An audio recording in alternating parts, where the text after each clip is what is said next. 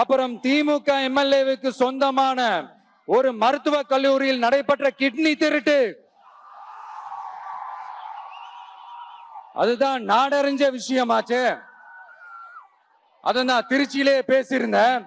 ஆனா அதுல நம்ம நாமக்கலை சேர்ந்தவங்க தான் அதிகமா பாதிக்கப்பட்டிருக்கிறதா சொல்றாங்க.